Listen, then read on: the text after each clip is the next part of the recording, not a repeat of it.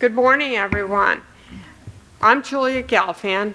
I'm the Applied Sciences and Engineering Librarian at the University of California at Irvine, and I welcome you to this session that we organized to explore different organizational models in academic libraries, especially focusing on the themes addressed here at Charleston: collections, e-resource management, scholarly communication, and related activities.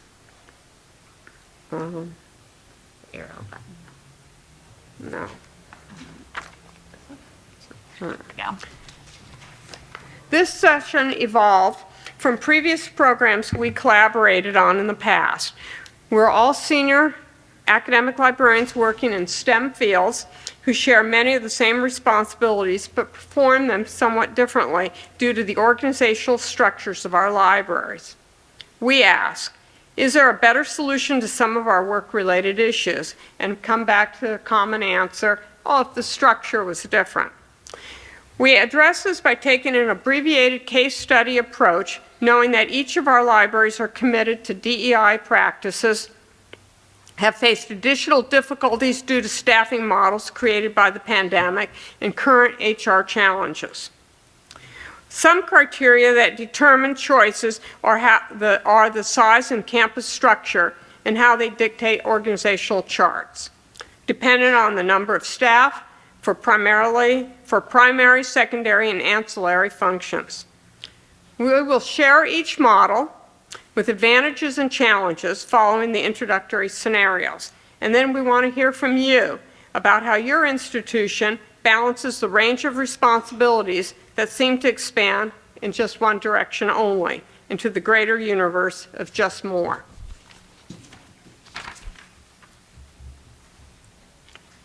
So I'll begin. My institution, the University of California at Irvine, maintains a basic traditional subject model with several permutations. Our structure is rather simple. It has two divisions: public services, and the typical array of inclusion there, and the research resources or tech services groups, where collection strategies, my home department, and where I reside is situated. There are three subject groups we call pods, with subject librarians from arts and humanities in one, social sciences in the second, and the STEM librarians, including medicine, in the third, and allied health. And we cover there the upper division instruction responsibilities across the campus. I devote different periods of time to collections, scholarly communication, instruction, consortia activities orchestrated through the California Digital Library, and research services depending on where in the academic cycle we are. The campus operates on a calendar with 3 academic quarters and a 10-week and 2 10-week of 10 weeks each, and 2 abbreviated summer sessions with the July 1 fiscal year. So most importantly to note, the campus has grown significantly, but the library staff has not. We have a young digital scholarship unit, rather robust for its size and maturity, functional librarians, and a couple of them also perform subject librarian duties as well. So my colleague is going to introduce the next model, the functional model.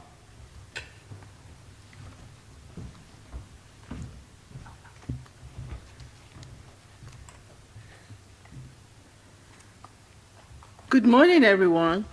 My name is Ronke Lawal. I'm from Virginia Commonwealth University, Richmond, Virginia.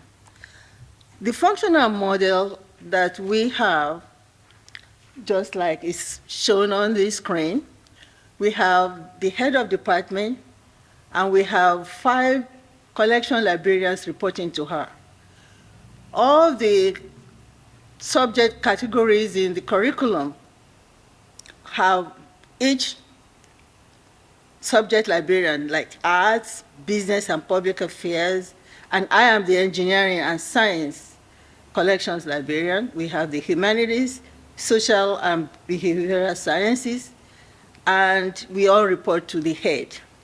In addition to that, we have a unit called physical inventory, The unit takes care of everything pertaining to tax management and storage. And we also have a preservation librarian that takes care of and outsource the binding of serials and also does collection care, collection health. The responsibilities of the librarians are as shown. We all set up our approval plans. We manage the approval plans ourselves, and we do our farm ordering. We use Gobi as a selection tool, and we buy individual journals as needed. We also have responsibility for negotiating our terms of licensing, and we have vendor relations as well. Our head of department is liaison to the Viva Consortium, which is the state consortium. See there? All of the packages of electronic resources and journal packages have to go to the CM team, which is a combination of all of the librarians and representatives from other departments. And we meet once a month.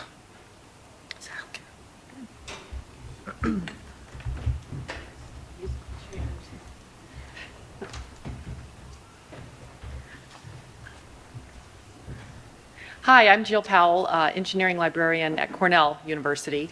And I'm going to talk about the hybrid model, which is a combination of the subject and functional models that you just heard about. We have about 35 subject selectors at Cornell, and they have other job duties besides selection. They do reference, instruction, outreach, and other things.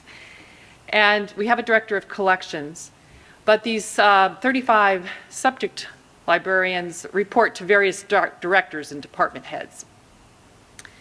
And this model allows us to build strong relationships with our faculty, and we develop deep expertise answering their questions. They know us and they partner with us on committees, grant proposals, projects, and writing articles. And I like how this model builds on our strengths and doesn't require us to learn everything. So we can make referrals to functional librarians where we lack expertise, for example, in data management or citation management. So there are pros and cons to this model, which I'll discuss later on in our question and answer section. But one con is that some of us are liaison to 5 or more departments, which is not sustainable. It's too much work. But the pros are the partnerships I mentioned, plus some recent changes by our leadership, which has saved money and saved labor in that with staff attrition, we've had some selection consolidations. We've even partnered with other institutions to do some selection for us in some areas. And we have a small negotiations team that handles large purchases over $100,000. We've combined unrestricted funds, and we've streamlined some book requests centrally.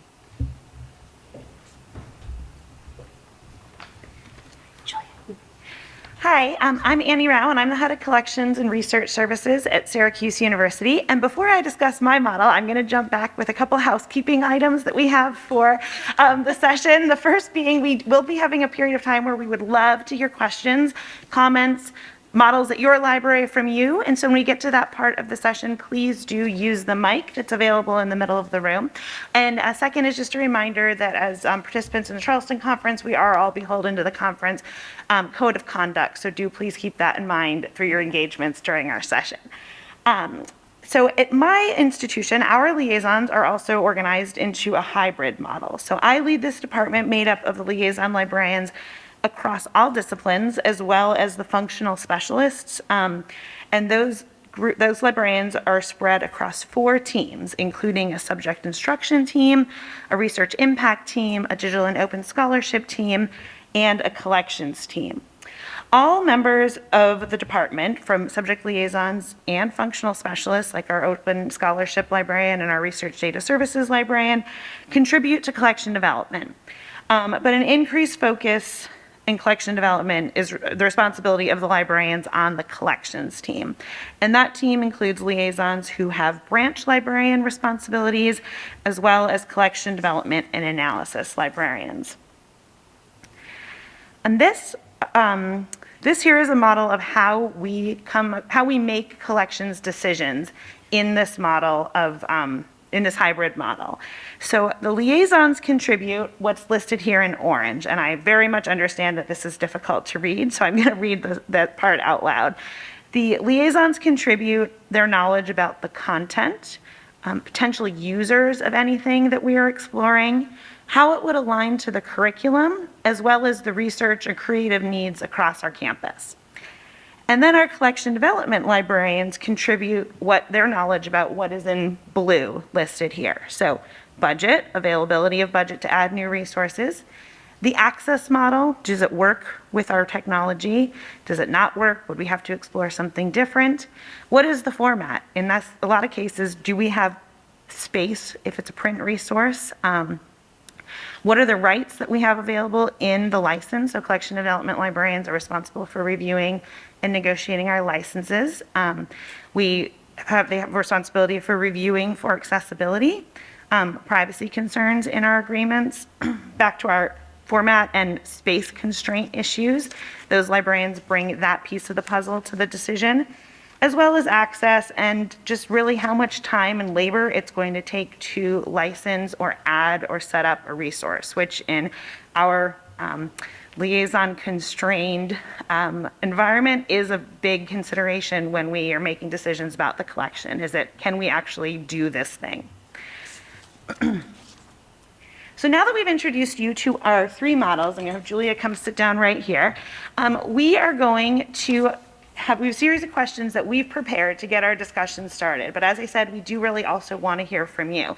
So I explained a little bit about what the collections responsibilities look like in my model, and now I'm going to ask my colleagues to do the same. Julia, So- the mic is on. My library is an E-preferred one, and we rely on many automatic tools and procedures such as approval plans, and we participate in several DDA contracts with different publishers. We have a call twice a year for new journals and expensive resources from a central pot that is prioritized and purchased that way. And we try to free up librarian time from paperwork and depend on consortia for expensive resources and big negotiations and for overall planning. Our e-resources unit and tech services handles the negotiations, licensing, and processing for what we call our local purchases.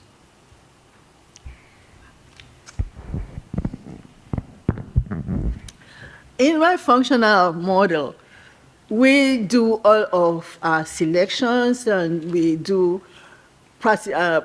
collaborate with the acquisitions department for ordering.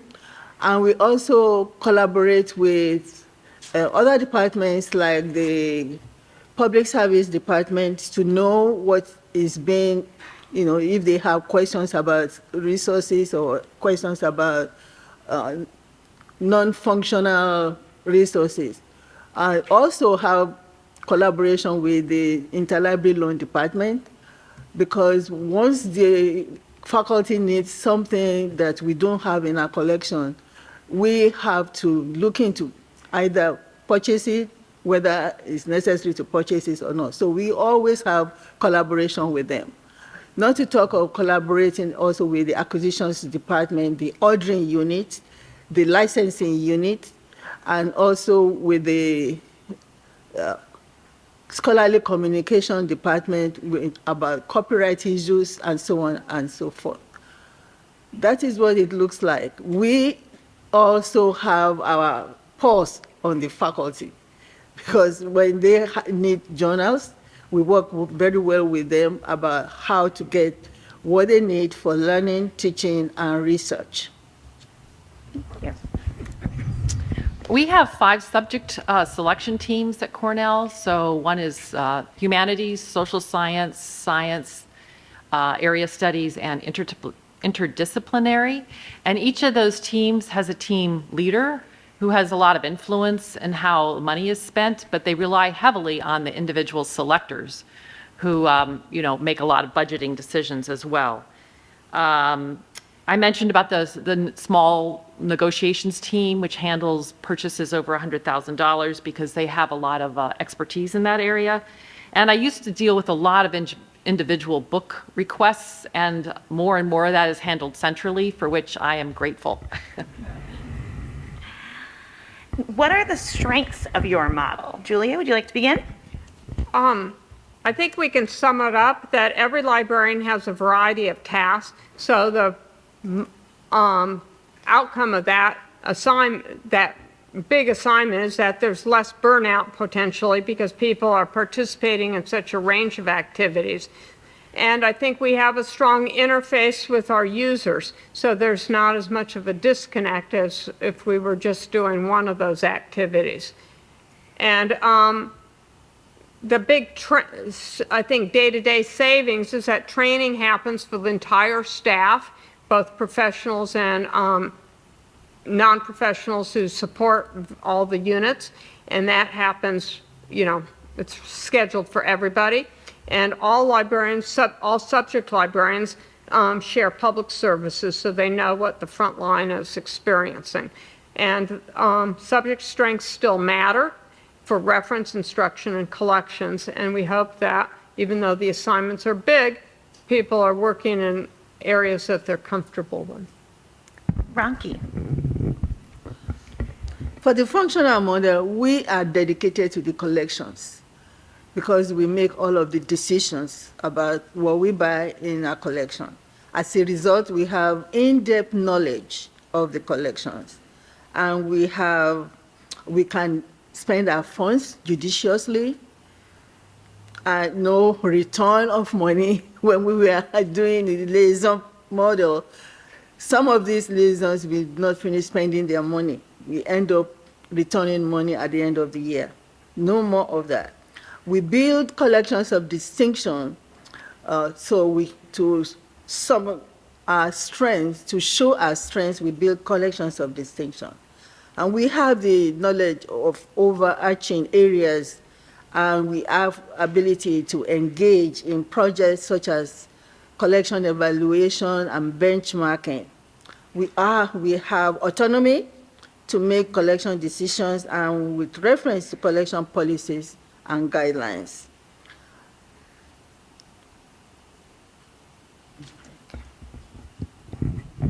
Jill. So we form strong relationships with our constituents. I've been at the airport and been stopped by a faculty member, and he had pleaded with me to please subscribe to another journal. So, I think that is a positive thing, that they recognize us. And I've been asked to teach in more instruction classes as a result of the FaceTime. I currently submitted a grant proposal with 3 other faculty. I've written an article before, just one article, but I wrote one article with another faculty member. And they've asked us to participate in the accreditation process when the accreditors come to town. So I think that's a very positive thing. All right, so then what are the weaknesses of your model? Well, I think the portfolios are way too big. They've grown as staff has shrunk and people are working outside of their comfort levels occasionally. Things fall through the cracks. It's harder to build distinctive collections. And as campus enrollment grows, programs multiply, academic complexity evolves, and librarian hiring is restricted, the assignments just seem elastic rather than planned. And it's difficult for all ranges of the librarians. Someone like myself who's been around the block a lot will say that you can juggle it a little easier than an early career colleague. And so I think that's sort of what we struggle with.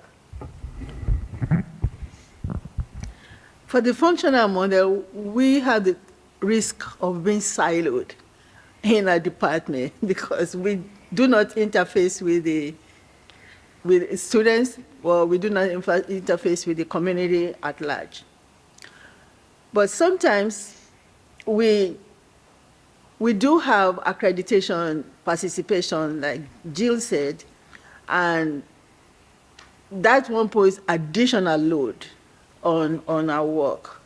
Also, when we have resignation and retirements, we have a big hole in the department that nobody can fill. For instance, we have 2 vacant positions now, social and behavioral science librarian and the business and public affairs librarian. So we do not have anybody to do selection in those areas. So those are challenges. And we are unsure of how our resources are being used. Sometimes we don't know whether students are really learning from what we bought also. So those are the challenges of the. So similar to what Julia said, with people having a portfolio of 5 to 7 departments that they liaise with, it's just kind of too much.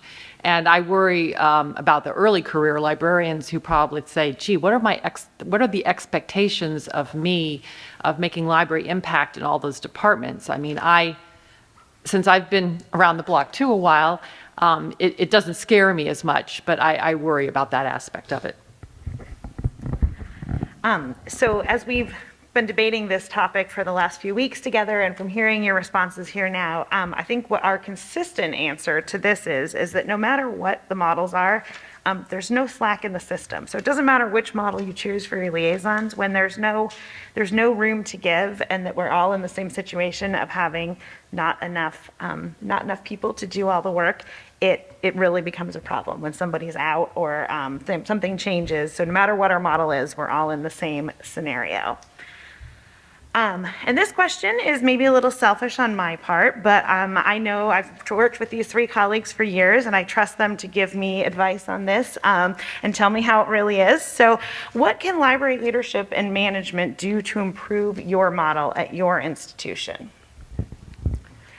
Well, one thing that does work very well at my institution is that we have a very strong identity among the other UC campuses. So the role of consortia is very much alive and functions quite well. But they too have had their struggles with staffing models, and so that's a little bit difficult at least right now. And so things just take longer to happen. But I would say the one improvement that I'd like to see is to juggle the ratio of librarians and support staff to the different disciplines and assignments. So there's more staffing at all levels from the collections perch. The library needs to make good and timely decisions on collections for research and teaching. And you can have all the money in the world, but if you can't process materials quickly enough, it doesn't really achieve much. And I think we need to be very, very diligent and judicious about our investments in OA strategies, OERs, perpetual collections, deselection of materials, and reconfiguring library spaces for different things that were collection-based, and just kind of making those decisions. But having a union catalog now for over a year for all 10 campuses has been, I think, a very productive exercise, and that has kind of helped in the communication.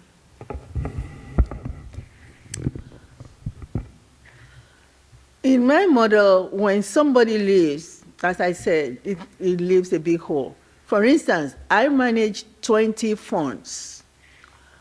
And it's difficult for somebody, because I've been around for a while as well, and I'm very deeply involved in the collections, it's easy for me to manage those funds. But for an early career librarian, it might be difficult if they hire somebody if I leave. So they need to hire somebody who is experienced and also hire that person in a timely manner. Instead of saying there is no fund now, hiring is frozen, and all of those things, the administration has to really hire on a timely manner and to fill positions. Also to get more funding. We can never do with too much funding. We always need funding. and also to better promote us with university administration. So when it comes to the time that we say we need funding, it will be given to us with no problem. So I acknowledge the great job that all the library leadership is doing, but there's always room for improvement. And so I guess I would suggest that they monitor the collection trends and impacts and then make allocation decisions accordingly. And if some selectors aren't spending their money, reassign it to those selectors that are incurring deficits each year. And consider holding town hall meetings on Zoom on collections for faculty. During COVID, our provost and our dean has held town hall meetings, and they have like senior staff give reports on what's going on in those departments, and they take questions that are screened ahead of time. And I have found those very helpful.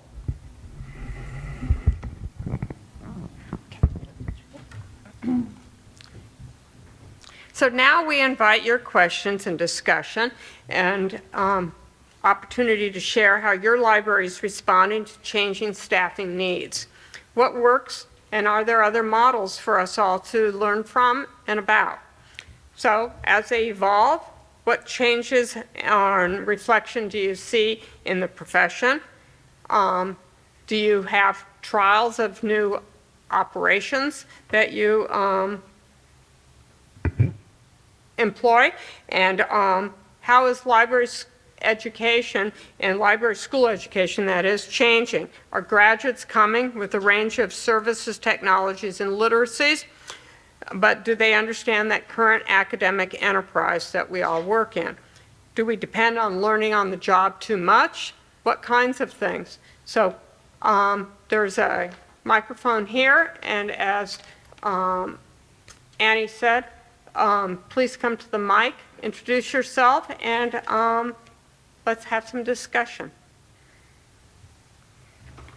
Thank you. Hello. Is this on? Can you It hear me? is. Yeah. So I'm Ross Tedford. I'm from Wake Forest University in North Carolina. So we are sort of, top 25, but private. So I know private institutions. One of the things that COVID did for us was we combined all of our individual funds into 4 big funds. So we have a humanities fund. This is for one-time orders, not recurring orders. So we have humanities, social science, STEM, and then what we sort of call inclusion, but it's that sort of area studies, interdisciplinary studies. We're trying to beef up our collections and things like African American history. So it has actually been really successful. So I'm curious if any of it, again, I get like we're a smaller place, so doing that at a huge thing. But what that has done is, because I manage a team of 12 librarians, and so what that helps us with is those new career librarians are now on subject teams with more seasoned librarians. So as we have these meetings and we make these decisions, they're learning from us and not feeling like they are solely responsible for their, whatever history fund or whatever. So that does solve that. But we are the research and instruction. So I'm the head of the liaison, right, the research and instruction team. So I'm not in the collection management. But anyway, it's worked well for us. If anyone has questions, I'm sure we'll present about it sometime, but we're all still in the midst of COVID. So we'll get our act together to get some presentations on it. But it has worked really. We just did it as like a pilot, because the crisis lets you do pilots, right? And we've kept it for the second year this year, and our faculty seem happy, and we're a lot happier because we are able to make like sort of those decisions and those priority decisions as a group, rather than every one of us feeling like, oh my God, I have another $1,000 I must spend right before the end of the year. So flatten the structure a little bit, and then it's more inviting for more people to participate. So our collection management librarian is actually here, but what they did was they just looked over the last 3 or 4 years, and all of these funds that were humanities, they sort of just said, bloop, we're just going to make one giant humanities pot, right? And we still have some like endowed funds and stuff that have to stay. Like I have a weird one that you have to spend on Spencer, things about Edmund Spencer. So Good. So we do still have some of those. Y'all, if y'all leave money to libraries, do not be that specific. Yeah, Just, seriously. we have every book ever written about Edmund Spencer, though, so we're good. someday I'd love to have a session here at Charleston about your weirdest restricted fund. So if anybody ever wants to come up with that An with me, award for let that. me know. I got one on mushrooms. Hello, my name is Rachel Kirk, and I'm an assessment librarian and a business librarian at Middle Tennessee State University. And I appreciated the comment of various people said, no matter which model you use, there's just no slack in the system, there's not enough give. And MTSU, we're going through a process where we're reconsidering our liaison program, and I work in collection development management, but I'm also a liaison, which is more of a user services thing. And as we're going through these models, it's clear that like if you're going functional, I'm on a team that's considering hybrid. Most of the collections parts are functional, but then like it seems like there's not just in traditional collections, but there's a lot of functional liaisons being hired for OER, for research data services. It seems like there's less and less subject experience to rely on, and those people are expected to do like 3 to 5 to 7 departments. And is there a best solution? I mean, that's my question. Because we're really trying to consider this, and what really works, and it doesn't matter by what kind of institution, public, private, large, small. That's why we're here. Yes, we also did not come up with I mean, we've been debating this for years, but actually preparing for sessions for, weeks and months together. And no, I mean, we don't have certainly we did not come to the conclusion that there is a best solution. So, So do you agree that there's more emphasis right now on functional rather than subject? I think so. I mean, we're seeing those assignments, and we're seeing also job notices for those, and we're also seeing that it's taking a lot more time. So if you want to achieve things within those functional assignments, then you've got to devote people to them, and not with all this other, the wide portfolios that subject librarians have, where you do a little bit of everything. It was ideal in my mind when you had 1 or 2 departments and you really worked and you were responsible for a lot of it. But you can't do that when the departments are huge and growing, and you're not having 1 or 2, but 5, 7, 9 units across several school academics units. And so that's really, I think, difficult. You can barely interview those faculty and have a sense of what they're planning to do in a given year. and So I think it's just realities of. Yeah, and I think, so my group is is in the hybrid model. Everybody has a subject responsibility and then a functional team. And when we went to that model, we had to be really, really, really thoughtful about what you were giving up to add your team responsibilities. So I guess that, like, for anybody who's thinking about how this, because we're in the situation where we are all stretched, like at every level of the library, everybody is at capacity. And so that was really an explicit goal of mine. So if you're going to be on the research impact team, you are no longer responsible for citation management questions, putting on the graduate student workshop series, staffing the dissertation boot camps. Like those things are on the in my group, the instruction team. The exhibits are on the display team. And so, yes, you as the engineering librarian may give a little feedback on the subject matter of it, but you are not responsible for, working with marketing to put the signs together and get that. We have a few people dedicated to that thing. And so we had to be really clear about what was falling out. And my group is I'm at a mid-sized private institution. And so we have all of our liaisons in all subjects in one department. So it's fairly easy to collaborate between, the engineering librarian who's on one team may also work with the research impact team to give his subject expertise along with their functional expertise. But I think that's really a function of our size, and I can't say that would be replicated anywhere else. So good luck. Good morning. I'm with a very, very small college just down the road from Wake. and I've been looking at how to manage a facilitated collection. So I wondered how you're doing that in your models as far as those collections, open, whether it's open access, shared print or digital. Someone mentioned interlibrary loan, or just internet sources that faculty and students are interested in, but those, a more facilitated approach. I wondered how your models were maybe looking at that. In our model, the functional model, we do all of our selections ourselves, the collections librarian. We have subject expertise in our model. For instance, engineering and science, and we have an arts librarian who does only that. We have the humanities librarian, we have the, we call them like collections librarian. We have the business and public affairs, and we have the social and behavioral sciences librarian as well. We know, we anticipate what, because we look at the curriculum, the head of department go to the curriculum committee and gives us feedback on what new courses are being developed. So we use the curriculum to design what we are going to buy in the collections. And we also have, we listen to our faculty, what do they want? And sometimes we get recommendations from even students, graduate students, anywhere, anybody in the community. We usually treat those as rush, because if they look at the collection and we don't have something there, it means that they need it right now. So we treat them as rush. So we do facilitate collections in that manner, depending on what the funding is like at the particular time a request is made.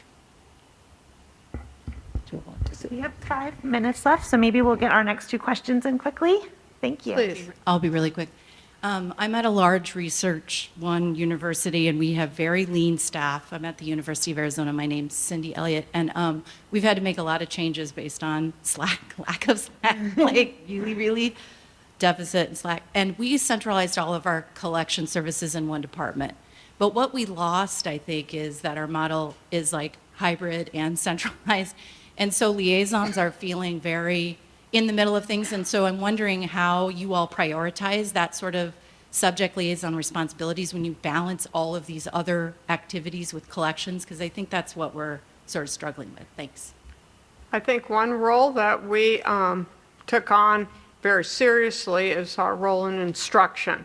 And we have an education and outreach unit in public services that handles almost all the undergraduate large class demands, and everyone participates and rotates through that.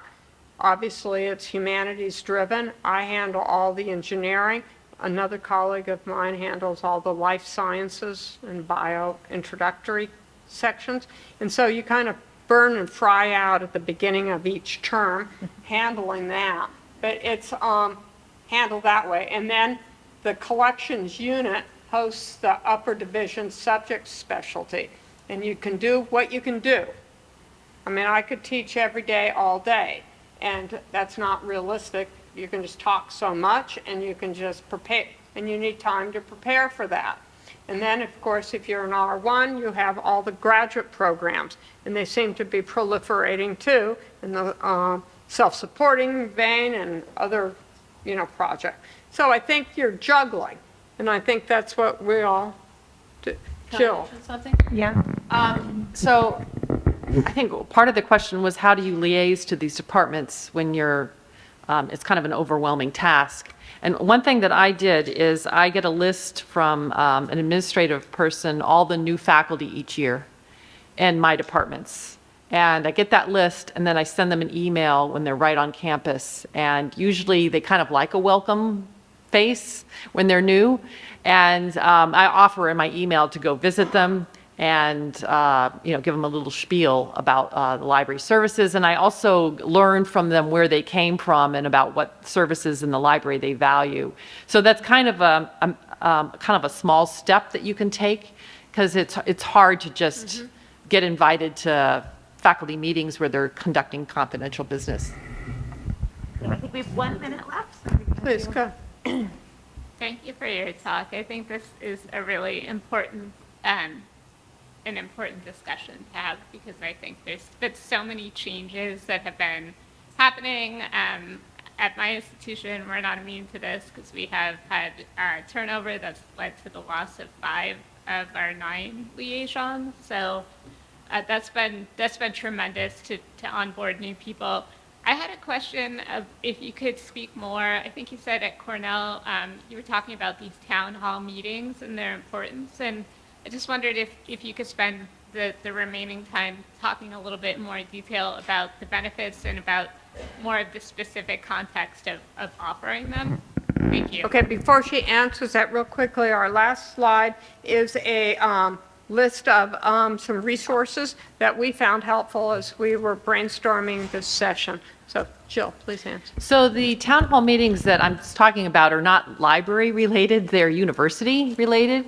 And we have an engineering dean that I just really admire him. He does such a great job organizing and being very clear. And so what he does at these meetings, like once a semester he may have them, is he invites his senior staff. So the associate dean for graduate education, the associate dean for undergraduate education, and he gets some of them, he doesn't necessarily have all of them speak, but he has them talk about, what's happening, what are the concerns we have, maybe construction on campus. And it's just, for me, just a really nice way to stay informed. And I know that there's been some reluctance to do this for the library because we worried that they were going to complain a lot about stuff we've had to cancel.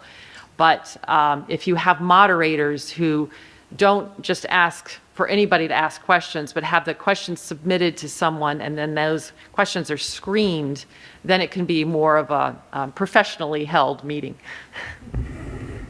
Thank you. Well, thank you all for joining us this morning, and we can tell we're not the only ones experiencing the trials and tribulations of change on our campuses, and we wish you well, and we found these resources helpful and inspiring. So thank you.